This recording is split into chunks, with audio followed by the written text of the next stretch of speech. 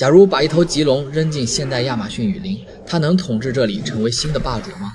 剛破殼的你體長只有80公分，5公斤重，背上一排軟塌塌的棘突還沒硬化，你還沒來得及看清周圍的環境，就聽見一聲脆響，一條2米長的眼鏡凱門鱷正趴在窩邊，張開大嘴準備吃了你。你被嚇得渾身發僵，身體不停地往後退，一不小心一腳踩空滾進水裡，冰冷的河水裹住你的瞬間，身體裡的本能自動啟動。你撐開戴普的腳趾，扁平的尾巴一擺，竟竄出去老遠。凱門鱷傻眼了，他做夢也想不到，這只剛破殼的小恐龍水性比剛出生的鱷魚還好。半歲時，你長到1.5米，20公斤重，天天泡在淺灘的蘆葦叢裡。祖先留給你的捕魚程序堪稱完美，細長的吻部像一把精準的魚夾，圓錐狀的尖牙能牢牢定住滑溜的獵物。可你很快发现，這套打磨了1億年的程序，在現代亞馬遜根本不好使。這裡的直鯉和食人魚轉彎速度是遠古獵物的3倍，你猛地張嘴咬過去，人家一扭身就躲開了。10次出擊9次空，你餓極了，直接鑽進水底，向着前方的魚群衝去，卻啃了一嘴泥。魚沒吃到就算了，還被水下的食人魚咬傷了尾鰭，疼得你一個彈射竄上了岸，趴在岸邊直喘粗氣。遠古的完美獵殺程序，在更靈活的現代獵物面前，反倒成了笨辦法。你只能逼着自己改，學着趴在水底紋絲不動，等魚游到嘴邊，再突然合嘴。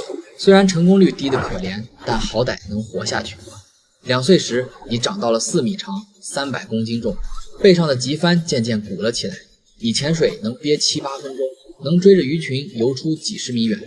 這天，你好不容易逮住一條上百斤重的巨骨舌魚，正往岸邊拖，水裡突然衝出來一條4米長的成年黑凱門鱷，張嘴就搶。你也沒慣着它，想都沒想就咬了回去，細長的吻部狠狠夾在對方背上。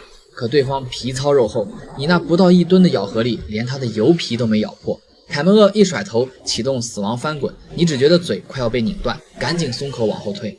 最後還是靠前爪狠狠拍在他頭上，把他拍懵了，你才趁機鑽進深水逃走。那天你躲在水底舔了很久的傷口，你終於明白，你的嘴只是用來夾魚的，而不是用來打架的。同體型的鱷魚咬合力是你的3倍，硬刚你根本不是對手，你能靠的只有水性和耐心。5歲，你長到8米，3噸重，已經是這片支流沒人敢惹的角色。你摸透了凱門鱷的習性，它們伏擊總愛守在同一個位置。你會從深水悄悄繞到他們身後，趁對方不注意，一口咬向他們的腦袋，然後往深水裡拖。等對方憋不住氣，鬆了勁，再用粗壯的爪子撕開他們最軟的腹部。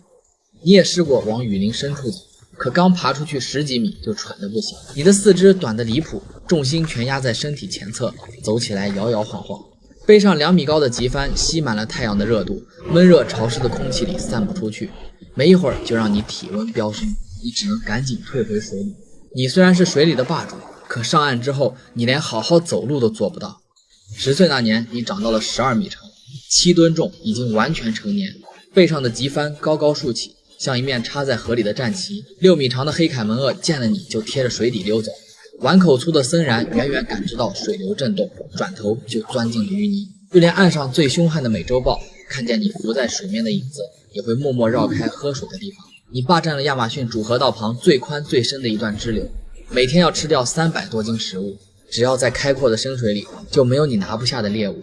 你覺得自己離雨林霸主只差一步，直到那天，你追一群逃散的水鹿，闖進了岸邊連片的泥炭沼澤。那片沼澤看着水草豐茂，底下卻是幾米深的鬆軟腐泥。你前腳剛踩時，7噸的重量瞬間壓垮了表層草墊，直接一頭栽進了淤泥裡。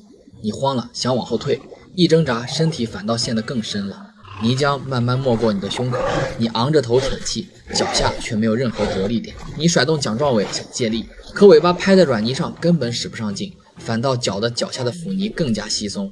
你掙扎了整整半天，越陷越深，直到黃昏時你才冷靜下來，拼盡全力把身體徹底放平，像在水裡游動一樣，用尾巴一下一下拍打着泥面，借着微弱的浮力慢慢往外側。你爬了整整一夜，身上的皮磨出大大小小的傷口，爪子都摳斷了2根，才終於蹭回了堅實的河道邊緣。你活下來了，拖着疲惫不堪的身體，一瘸一拐地回到了深水河道。你依然是這段河裡絕對的王，沒有任何生物能在水裡撼動你的位置。